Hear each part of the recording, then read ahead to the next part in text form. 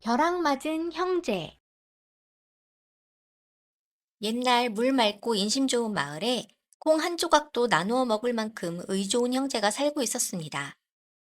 형제 모두 장가를 들 나이가 되었지만 집안 형편이 어렵고 번듯한 직업이 없는 터라 혼인은 엄두도 못 내고 있었습니다.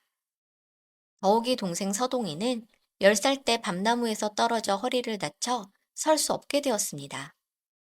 부모님이 돌아가시고 홀로 동생을 돌봐야 했던 형 남동이는 낮에는 마을 사람들의 농사를 도와 돈을 벌고 밤에는 집안일을 하며 동생을 살뜰히 보살폈습니다. 그러던 어느 여름날 마을에는 극심한 가뭄이 찾아왔습니다. 들판의 곡식이 말라 죽고 병충해까지 극성을 부리자 사람들은 하늘만 쳐다보며 비가 내리기를 기원했습니다. 할 일이 없어진 남동희 형편도 많이 어려웠습니다. 일을 어쩌면 좋지? 먹을 쌀이 얼마 남지 않았는데 가뭄이 계속되니 일할 곳도 없고, 이러다가 우리 둘 굶어 죽게 생겼네. 걱정이 컸던 남동희는 결국 새로운 일을 찾아보기로 마음먹었습니다. 서동아, 형이 다른 일을 찾아 돈을 벌어올 테니 혼자 잘 지낼 수 있지? 형님, 괜찮으시겠습니까? 저야 집에 있는 것뿐이니 제 걱정하지 마십시오. 그래, 알겠다. 밥상은 차려놨으니 꼭 챙겨 먹어라. 제가 몸이 성했다면 형님을 도와 무슨 일이든 했을 텐데 정말 죄송합니다. 그런 말 말아라. 비록 지금은 먹고 살기 힘든 형편이지만 형이 열심히 일해 너에게 맛난 고기도 사주고 훌륭한 명의를 찾아 네가 걸을 수 있도록 할 것이다. 고맙습니다, 형님. 남동희는 바로 지게를 지고 사람들이 많이 찾기로 유명한 사찰이 있는 산으로 갔습니다. 나는 힘이라면 자신 있으니 사찰로 가는 사람들의 짐을 날라주고 돈을 벌어야겠다. 사찰에 오는 사람들은 불공을 드리기 위해 음식이나 곡식을 가져왔는데 남동희는 이들의 짐을 사찰까지 운반해주고 짐삭을 받으려는 것입니다. 그런데 산 밑에서 아무리 기다려도 남동희에게 짐을 맡기려는 사람이 없었습니다. 이렇게 3일째가 되자 남동희는 마음이 급해졌습니다. 큰일이다. 집에 쌀도 다 떨어지고 없는데 오늘도 돈을 벌지 못하면 우리 서동이가 굶게 생겼네. 일을 어쩌나?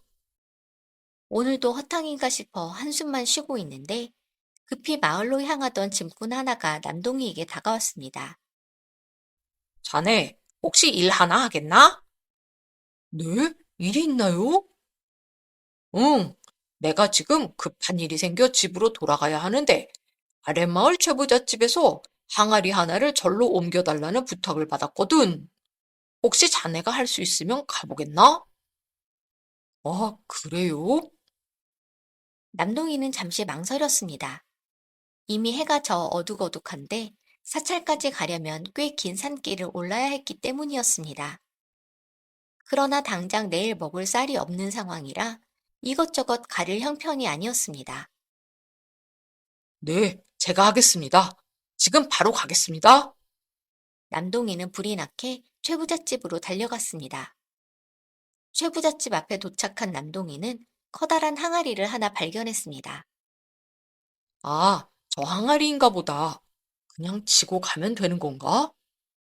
남동희는 항아리를 지게에 지었는데 무척 무거웠습니다. 어이쿠, 제법 무거운걸? 하지만 문제없지. 어서 절로 올라가자.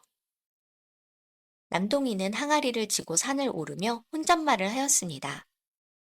이 항아리를 옮기면 밥은 먹을 수 있겠구나. 빨리 내가 돈을 벌어서 서지 못하는 우리 동생을 용한 의원에게 치료받게 해야 하는데. 어휴, 남동희는 땀을 뻘뻘 흘리며 컴컴한 산길을 올라 절에 도착하여 항아리를 내렸습니다. 그런데 품삯은 누구한테 받아야 하나? 최부잣집에 다시 가야 하나?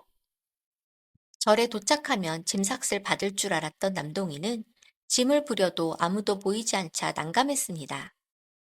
어이쿠, 어쨌거나 너무 늦었으니 어서 내려가야겠다. 산짐승들이 나올 텐데. 남동이가 서둘러 내려가려는데 어디선가 목소리가 들렸습니다. 얘야, 돈 받아가야지. 놀란 남동이가 뒤를 돌아보았는데 아무도 없었습니다. 어, 귀신인가? 아니면 내가 배가 고파 헛것을 들었나?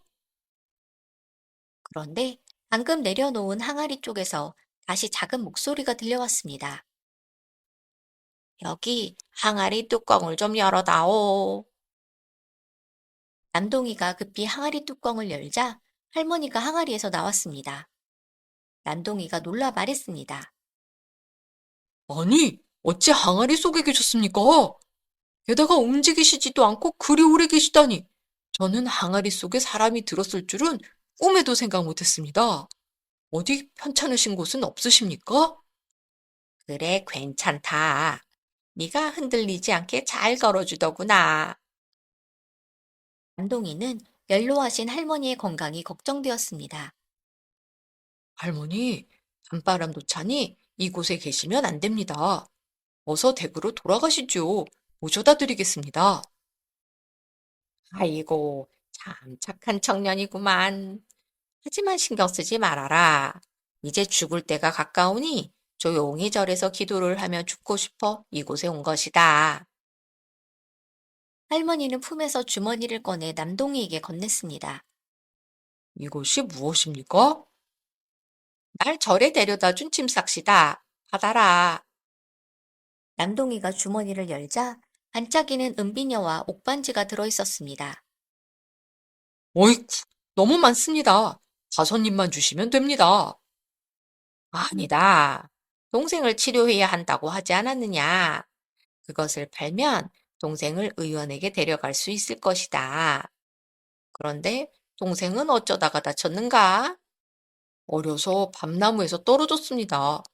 허나 벌써 다친 지 10년이 다 되어가니 고칠 수 있을지 걱정이 됩니다. 남동이는 할머니의 따뜻한 말에 자신도 모르게 동생에 대해 털어놓았습니다. 그러자 할머니가 말했습니다. 혹시 의원이 고칠 수 없다고 하면 정송골 너록바위에 가서 복부리 영감을 찾거라. 정송골 너럭바위요? 그래, 그곳에 동생을 데려가 영감에게 보이고 치료해달라고 조르거라. 50년 전 눈을 고쳤다는 꼬마 꼬라씨가 보내서 왔다고 하면 아마 들어줄 게다. 아, 그렇습니까? 그래, 그 사람 덕에 나도 보이지 않던 눈을 떴지. 그 영감에게 가면 너희 형제들이 심하게 고생은 하겠지만 동생은 나을 수 있을 게야. 동생만 낫는다면 무슨 일이든 하겠습니다. 그런 정성이라면 영감도 너의 부탁을 들어줄 거야. 그리고 내가 부탁이 하나 있다. 내가 가족들에게 아무 말 하지 않고 나온 터라 모두들 걱정을 하고 있을 게야. 이 서찰을 최부자에게 가져다 주겠나? 네, 알겠습니다. 제가 바로 전하겠습니다. 고맙구나. 남동이는 산을 내려와 서둘러 최부자 집으로 갔습니다. 남동이를 만나 할머니의 편지를 읽은 최부자 부부는 깜짝 놀랐습니다. 아니, 우리 어머니께서? 이거 일을 어쩌나? 어찌 말씀도 없이 가셨습니까? 이거 큰일이구나. 어서 어머니를 찾아뵈어야겠다. 이때 남동이가 입을 열었습니다. 제가 짐 싹스로 받긴 했지만 돌려드리겠습니다. 너무 귀한 물건이라. 남동이는 할머니의 비녀와 반지를 최부자에게 돌려주었습니다. 아니, 이거 어머니께서 한평생 아끼시던 물건이잖아. 이걸 자네에게 짐 싹스로 줬단 말인가? 오호, 그래. 그럼 나도 이 귀한 어머니 물건을 그냥 받을 순 없으니 나에게 파시게. 아닙니다. 그냥 받으십시오. 아니네. 어머님을 잘 모셔다 준 것은 물론이고, 어머님께서 항상 아끼시던 귀한 물건을 나에게 주었으니, 자, 이 돈 받으시게. 너무 고맙네. 최부자는 고마워하며 백냥을 주었습니다. 아, 알겠습니다. 감사합니다. 돈을 받은 남동이는 신이 나 집으로 돌아왔습니다. 다음 날 남동이는 동생을 지게에 태워 유명하다는 의원에게 데려갔습니다. 어떻습니까, 의원님? 에잉, 안 됐지만 나의 능력으론 고칠 수 없어. 중국의 화타 선생이 살아오면 몰라도 그저 잘 먹고 건강할 수 있도록 도우시오. 아, 그렇습니까? 형제는 낙담하여 의원집을 나섰습니다. 그렇다면 이제 청송골로 가야겠구나. 청송골이라니요, 형님? 남동이는 동생에게 항아리 속 할머니 이야기를 해주었습니다. 그러자 서동이도 혹부리 영감을 찾아가는 것에 동의하였습니다. 형제는 며칠을 걸어 청송골에 도착했습니다. 말씀 좀 여쭙겠습니다. 너럭바위가 어디 있습니까? 저 산 중턱쯤에 있어. 이 산은 산세가 험난하고 낮에도 호랑이가 나오는 곳이니 조심하시오. 네, 감사합니다. 남동이는 동생을 지게에 지고 힘겹게 산을 올랐습니다. 한참을 가다 보니 너럭 바위가 보이는데 그 바위 위에 혹부리 영감이 잠을 자고 있었습니다. 처음 뵙겠습니다, 영감님. 저는 남동이라 합니다. 그래? 무슨 일로 왔느냐? 누워있던 영감님이 몸을 일으키며 물었습니다. 네, 제 동생이 나무에서 떨어져 허리를 다쳐 설 수 없게 되었습니다. 영감님을 뵈면 고칠 수 있다고 하여 이렇게 먼 길을 왔습니다. 누가 나에 대한 이야기를 했느냐? 꼬마꼬 라씨라는 분이 50년 전에 영감님 덕에 눈을 떴다며 저희를 이곳으로 보내셨습니다. 깜짝 놀란 영감님이 말했습니다. 그 아씨가 아직 살아계시냐? 네, 덕분에 잘 살고 있다고 전해달라 하셨습니다. 허허, 그래. 그렇다면 따라오너라. 영감님은 집으로 형제를 데려갔습니다. 방에 들어서자 영감님이 동생의 몸을 이곳저곳 살펴보고 말했습니다. 나는 병을 고치는 의원이 아니다. 평범한 영감에 불과한데 아씨 이야기는 오해가 있었던 것 같구나. 내가 병을 고칠 순 없지만 이곳이 산 좋고 물 좋은 곳이라 요양하기에는 좋을 듯하니 내 일을 도우면서 머물도록 하여라. 네? 네, 알겠습니다. 형제는 영감님 일을 도우면서 같이 있기로 하였습니다. 때마침 저녁 시간이 되어 식사를 차리려 하는데 영감님이 말했습니다. 여기서는 과식은 하지 않고 생식을 해야 한다. 그러니 생쌀을 물에 불리도록 하여라. 저희는 그렇게 먹어본 적이 없습니다. 그렇다면 오늘부터 해보면 되겠구나. 형제는 이날부터 영감님과 함께 물에 불린 쌀과 밭에서 뜯은 채소로 식사를 했습니다. 자, 이제 할 일을 알려주마. 서동이는 앉기 힘드니 엎드려 바구니를 짜거라. 재료는 집 뒤편에 있는 대나무를 잘라 남동이가 가져다 주거라. 네, 알겠습니다. 남동이는 나무를 베어 창고를 하나 짓고 일이 끝나면 나무를 벤 곳에 농가 밭을 새로 만들거라. 베어낸 나무는 한쪽에 쌓아놓고 걷어들인 곡식과 바구니는 창고에 넣도록 하여라. 알겠느냐? 네? 알겠습니다. 영감님이 너무 많은 일을 시키자 놀란 남동이가 얼떨결에 대답했습니다. 다음날 새벽부터 눈을 뜬 형제는 바구니 짜기, 창고 만들기, 산 개간하기 등 영감님이 시킨 일을 쉬지 않고 열심히 하였습니다. 일을 시키고 영감님은 너럭바위 그늘에서 매일 잠만 잤습니다. 이렇게 형제가 산에 머문 지 1년이 지난 어느 날 매일 잠만 자던 영감님이 웬일인지 아침 일찍 보침을 챙겨 밖으로 나오며 말했습니다. 오늘은 숲에 들어가 약초를 캐오마. 숲속으로 들어간 영감님은 저녁 무렵이 되어 땀에 흠뻑 젖어 돌아왔습니다. 영감님은 보찜에서 바짝 마른 무 세 뿌리를 꺼내 남동이에게 건넸습니다. 이곳이 무엇입니까? 무다. 일이 마르고 작은 무도 있습니까? 이거 저거 따져 묻지 말고 그냥 먹어라. 형제와 영감님은 마른 물을 한 개씩 먹었습니다. 영감님은 이후 1년마다 물을 가져왔고, 이렇게 3년이 흘렀습니다. 그런데 3년이 지난 어느 날 형제의 몸에 이상한 일이 일어났습니다. 데인 듯 형제의 몸이 붉게 변해 열이 나더니 피부가 벗겨지기 시작하는 것이었습니다. 그리고 이틀이 지나자 벗겨진 피부는 구릿빛으로 변했습니다. 형님, 아침에 일어나 보니 제 피부색이 달라졌습니다. 그래, 나도 그렇구나. 그런데 어젯밤 몸에 열이나 한숨도 못 잤는데 신기하게도 피곤하기는커녕 몸이 개운하구나. 저도요, 형님. 그리고 저 이제 앉아서 바구니를 짤 수 있을 것 같아요. 그래? 정말 잘 되었구나.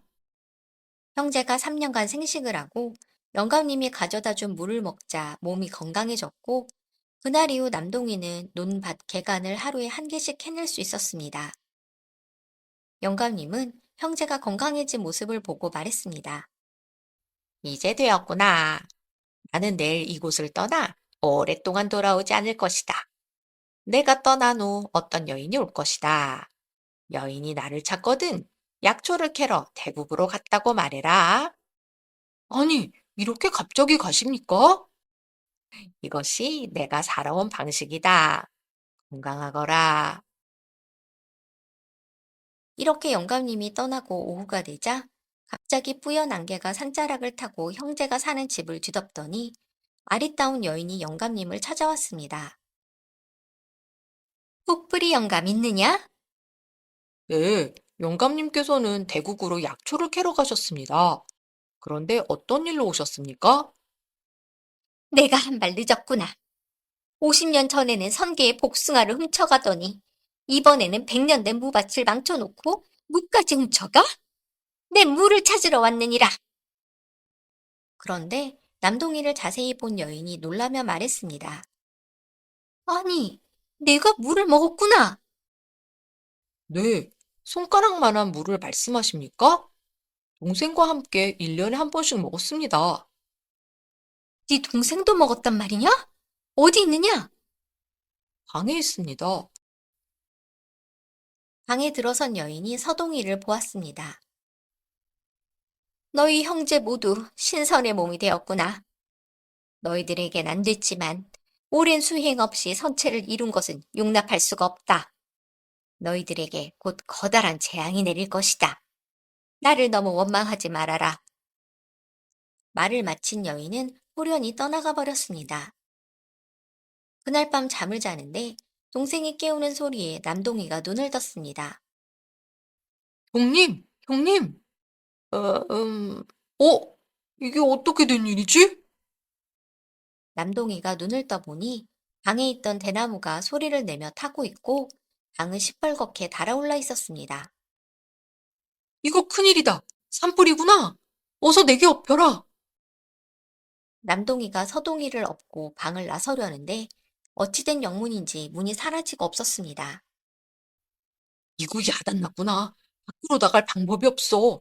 이를 어쩌지? 형제는 꼼짝없이 벌겋게 달아오른 방 안에 갇혔습니다. 그렇게 형제는 3일이나 갇혀 있었는데 신기하게도 땀만 흘릴 뿐 별탈이 생기지 않았습니다. 형님, 방 안에 모든 것들이 타버렸는데 우리만 멀쩡합니다. 그래, 참 신기한 일이다. 우리의 몸이 불덩이도 견딜 수 있게 되었구나. 네, 형님. 그런데 3일이 지나자 갑자기 방에 한기가 몰아닥쳤습니다. 어? 형님, 이제 추워지는데요? 그래, 방 안이 온통 서리로 가득하구나. 이것이 그 여인이 말한 재앙인가 보다. 살을 애는 추위가 3일 동안 계속되었지만 형제는 약간 추울 뿐 역시 별 탈이 없었습니다. 이렇게 3일이 지났습니다. 형님, 저기 문이 생겼습니다. 정말이구나. 어서 나가자. 남동이는 이제 살았다 싶어 동생을 업고 밖으로 급히 나왔습니다. 밖은 눈부신 햇살이 내리쬐고 있었습니다. 그런데 형제가 방 밖으로 나오자 갑자기 하늘이 어두워지더니 천둥 소리가 산을 흔들고 벼락이 집을 향해 내리쳤습니다. 밖으로 나와 기뻐하던 형제는 벼락을 맞고 그 자리에 쓰러졌습니다. 어찌나 큰 벼락이었던지 형제가 머물던 집이 모두 불타 없어지고 말았습니다. 해가 지고 밤이 되자 비가 내리기 시작했습니다. 쓰러져 있던 형제는 내리는 비를 맞고 깨어났습니다. 아우야, 살아있었구나. 그런데 너 지금 서 있지 않느냐? 네, 형님. 저도 모르겠어요. 다리에 힘이 가서 일어서 보았는데, 어이쿠, 이게 꿈이냐 생시냐? 기적이다, 기적이야! 모두 형님 덕분입니다. 고맙습니다, 형님. 형제는 비를 맞으며 기쁨의 눈물을 흘렸습니다. 형제가 기뻐하고 있는데 갑자기 비가 거세지더니 그 후 7일간 장대 같은 비가 쉬지 않고 쏟아졌습니다. 창고에서 몸을 피하고 있던 형제는 마을 사람들이 걱정되었습니다. 이거 큰일 났구나. 하늘이 뚫린 듯 비가 내리니. 우린 높은 산에 있어 괜찮지만 마을 사람들이 무사할지 걱정이다. 서둘러 마을로 내려가 봐야겠다. 형제는 빗속을 헤치고 마을로 내려갔습니다. 마을 가까이에 이르자 마을은 물에 잠겨 온데간데 없고 사람들과 가축들이 지붕 위에 올라 비가 그치기만을 고대하고 있었습니다. 더 큰 비가 오기 전에 베어놓은 나무들을 묶고 사람들을 구해야겠다. 형제는 커다란 뗏목을 만들어 사람들을 구해 산으로 피신시켰습니다. 모든 것을 잃고 낙담하던 마을 사람들은 산을 깎아 만든 많은 농가 밭을 보고 깜짝 놀랐습니다. 산속에 이렇게 많은 농가밭이 있다니? 이걸 누가 달궜대요? 그러게요. 많은 비에도 곡식들이 하나같이 잘 자라고 있어요. 마을 사람들이 놀라 옹성이고 있을 때 형제는 그동안 저장해 놓았던 곡식과 채소를 바구니에 담아 마을 사람들에게 나누어 주었습니다. 모두 창고로 오셔서 쌀과 채소를 가져가세요. 아이고, 고맙소. 이리 도와주니 은혜를 어찌 갚아야 할지 모르겠네. 아닙니다. 어려울수록 서로 도와야죠. 여기에 있는 농가밭을 여러분들에게 나누어 드릴 테니 불편하시더라도 이곳에 새로운 마을을 만들어 같이 지내시지요. 그렇게 해주면 우리야 좋지. 너무 고맙소. 이렇게 하여 형제는 영감님이 살던 산에 터를 잡고 집을 잃은 마을 사람들과 마을을 만들었습니다. 남동이가 일군 농가밭은 해마다 풍년이 들었고 마을 사람들은 서로 도우며 행복하게 살았습니다.